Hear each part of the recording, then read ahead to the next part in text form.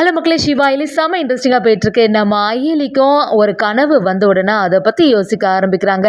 கொஞ்ச நாளாக அவங்க அம்மாவோட நினைவு நாள் வரப்போகுது. சரி, அதுக்கும் இதுக்கும் ஏதாவது சம்மந்தம் இருக்குமான்னு சொல்லிட்டு யோசிச்சுட்டு குழம்பி போய் நிற்கிறாங்க.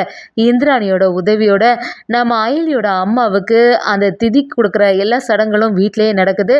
அதை தெரிஞ்சுக்கிட்ட ரித்திகா ஒரு கட்டத்தில் அவங்க அம்மாவோட ஃபோட்டோவை தூக்கி வெளியில் எறிகிறாங்க. எப்போவுமே அயலி தான் ரித்திகாவுக்கு ஆப்பு வைக்கிற மாதிரி ஒரு செயல் பண்ணுவாங்க. இந்த வாட்டி இந்திராணி குடும்பத்தை சேர்ந்த ஒருத்தங்க வந்து சரியாட்டு ரித்திகாவை அடியில் வெளுத்தெடுக்கிறாங்க. அயலியும் சம மாசாட்டு ரித்திகாவை எதிர்த்து நிற்கிறாங்கன்னே சொல்லலாம். அயலிக்கு அவங்க அம்மா உயிரோடு இருக்கக்கூடிய விஷயம் தெரிய வருதா? அந்த கனவுல வந்தது யாரா இருக்கும்? வீடியோக்குள்ள போறதுக்கு முன்னாடி நம்ம சேனலுக்கு சப்ஸ்கிரைப் பண்ணிருங்க. அப்படியே பக்கத்துல இருக்க பெல் ஐக்கானை கிளிக் பண்ணிருங்க. அப்பதான் நான் போடுற வீடியோலாம் உங்களுக்கு நோட்டிபிகேஷன் வரும். நம்ம அயலி அசந்து தூங்கிட்டு இருக்கும் போது திடீர்னு ஒரு கனவுல ஒரு இடம் வருது. அதுல யாரோ ஒருத்தங்க அயலி என்னை வந்து காப்பாத்துன்னு சொல்லிட்டு சத்தம் போடுற மாதிரி இருக்கு. அதை கவனிச்ச அயலியோ என்னாச்சு, யாரா இருக்கும், யாரோ ஒருத்தவங்க நமக்கு தெரிஞ்சவங்க தான் ரொம்பவே கஷ்டப்பட்டுட்டு இருக்காங்க போல அப்படின்னு சொல்லிட்டு நம்ம அயலியும் நினைக்கிறாங்க. சரி, யாரா இருக்கோன்னு குழம்பி போய் நின்றுட்டு இருக்காங்க. அதே சமயத்தில் காலையில் பார்த்தீங்கன்னா செல்வநாயகியும் வந்து பிரச்சனை பண்ண ஆரம்பிக்கிறாங்க.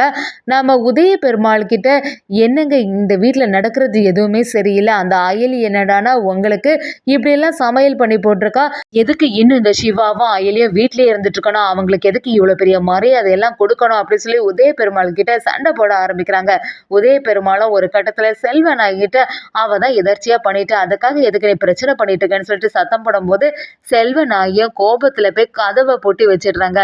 இதெல்லாம் தெரிஞ்சுக்கிட்டு நம்ம கபிலனோ என்னாச்சு, அம்மா ரொம்பவே கோபத்துல போனாங்களே அப்படின்னு சொல்லிட்டு கதவை தட்ட ஆரம்பிச்சாலுமே நம்ம செல்வனாகி கதவு திறக்கிற மாதிரி இல்ல. அம்மா தயவு செய்து கதவை ஓபன் பண்ணி ஏதாவது ஒரு தப்பான முடிவுக்கு பெயராக சொல்லிட்டு சத்தம் போடும்போது நம்ம கபிலனோட சத்தத்தை கேட்டு அங்க குடும்பத்துல உள்ளவங்க எல்லாருமே அந்த இடத்துல வந்துடுறாங்க.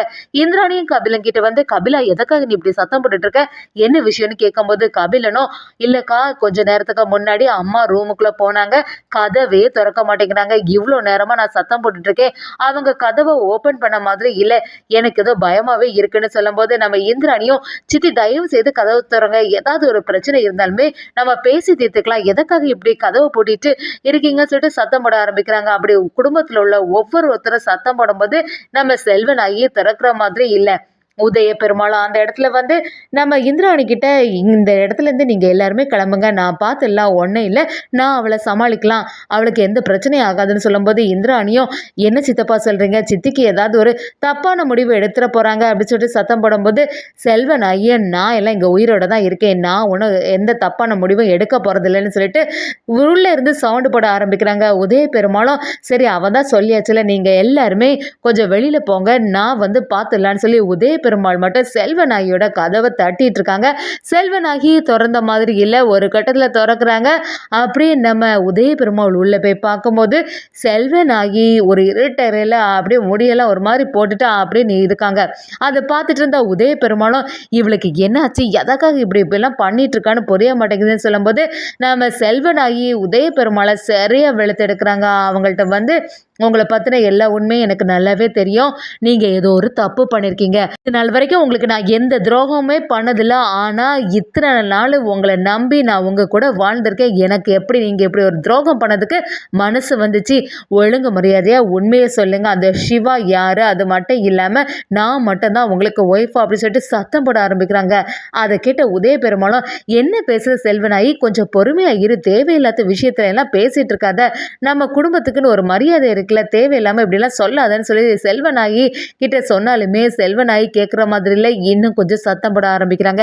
எனக்கு இப்போவே எல்லா உண்மையும் தெரிஞ்சாகணும், நான் இந்த குடும்பத்தில் கபிலனோட சேர்ந்து எல்லாருமே நிம்மதியாக இருக்கணும்னா கண்டிப்பாக அந்த சிவாவும் அயலியும் நீ வீட்டிலே இருக்கக்கூடாது, அவங்க எந்த உரிமையில இந்த வீட்டில் இருக்காங்க, அது மட்டும் இல்லாமல் அந்த சிவாவும் அயலியும் சொல்கிறது தான் இப்போ எல்லாருமே கேட்டுட்டு இருக்காங்க.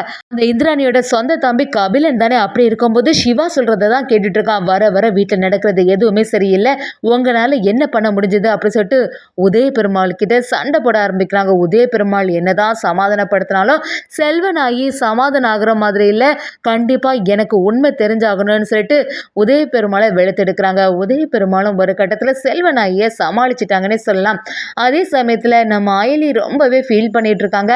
அந்த கனவை நினைச்சும் குழம்பி போயிடுறாங்க. அவங்க பாட்டிகிட்ட ஃபோன் பண்ணி சரி பாட்டி அங்கே எல்லாரும் நல்லா தானே இருக்காங்க, என்னாச்சு அப்படின்னு கேட்கும்போது பாட்டியும் நம்ம அயலிக்கிட்ட எந்த பிரச்சனையும் இல்லை அயலி, எல்லாருமே நல்லா தான் இருக்காங்க. அப்படியே அயலியும் எனக்கு ஒரு கனவு வந்துச்சு, அதில் யாரோ ஒருத்தங்க கஷ்டத்தில் இருக்க மாதிரி தெரிஞ்சுது அப்படின்னு சொன்ன உடனே பாட்டியும் அயலிக்கிட்ட கொஞ்ச நாளில் உங்கள் அம்மாவோட நினைவு நாள் வருது இல்லை அப்படின்னு சொல்லும்போது நம்ம அயலியும் ஆமாம் அதை பற்றி தான் நான் யோசிச்சுட்டு இருந்தேன் அப்படின்னு சொல்கிறாங்க. அதே சமயத்தில் அவங்க அம்மாவை நினச்சி ரொம்பவே ஃபீல் பண்ண ஆரம்பிச்சிட்டு இருக்காங்க. கரெக்டாக நம்ம சிவாவும் அந்த இடத்துல வந்த உடனே நம்ம அயலியை சிவா கிட்ட புலம்பி தள்ள ஆரம்பிக்கிறாங்க. சிவாவும் என்ன அயலி ரொம்பவே ஃபீல் பண்ணிட்டு இருக்க, என்ன விஷயம் கேட்கும்போது இன்னைக்கு எங்கள் அம்மாவோட நினைவு நாள், அவங்கள நினச்சி தான் ரொம்பவே வருத்தமாக இருக்கு. எனக்கு மட்டும் எங்கள் அம்மா இருந்திருந்தாங்கன்னா எவ்வளோ சந்தோஷமாக இருந்திருக்கும், நான் எல்லாம் இப்படிப்பட்ட நிலைமையில இருக்கேன்னு தெரிஞ்சேன்னா அவங்க என்னெல்லாம் நினச்சிருப்பாங்க அப்படின்னு சொல்லிட்டு நம்ம அயலி அவங்க அம்மாவை பற்றி எல்லாத்தையுமே நம்ம சிவா கிட்ட சொல்ல ஆரம்பிக்கிறாங்க.